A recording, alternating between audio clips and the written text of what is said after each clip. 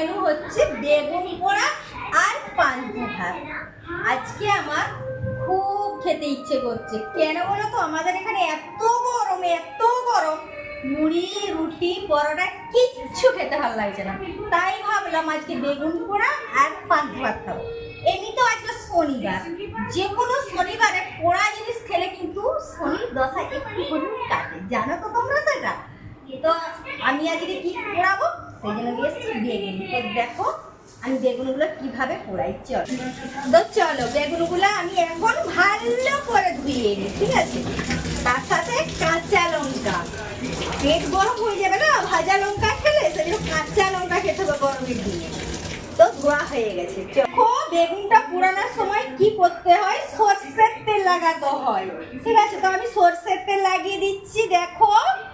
আর এই বেগুন পোড়া বা বিলাতি মানে টমেটো পোড়া তোমার যাই করো না কেন, এটা যদি চুলিতে পোড়ানো হয় খুব কিন্তু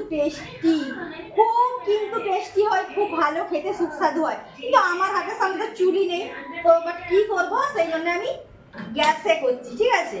তো দেখো গ্যাসে আমি কিভাবে বেগুনটা পোড়াচ্ছি, এইভাবে, ঠিক আছে। এইভাবে একটা একটা করে আমি পুড়িয়ে নেব, ঠিক আছে।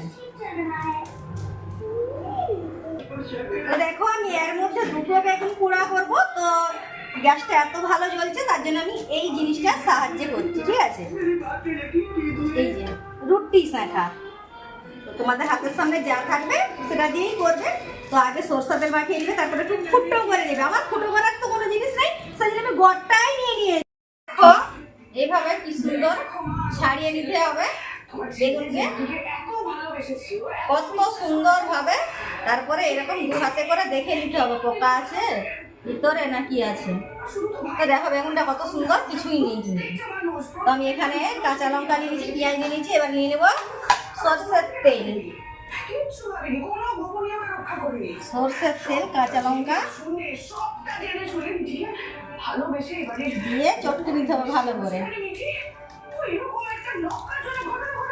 তারপরে দেখো একসাথে মিক্স করে নিতে হবে। তারপরে দেখো কত সুন্দর লাগছে, কাঁচা লঙ্কা আর বেগুন চটকানো আর পেঁয়াজ পোস্ত আর পান্তা ভাত। তো আমার বেগুন পোড়া খেতে খেতে আমার সিরিয়ালটা শেষ হয়ে যাচ্ছে। আমার এবারে সিরিয়াল দেখতে হবে, ভাত খাই, খেলে তারপরে সিরিয়ালটা দেখতে হবে।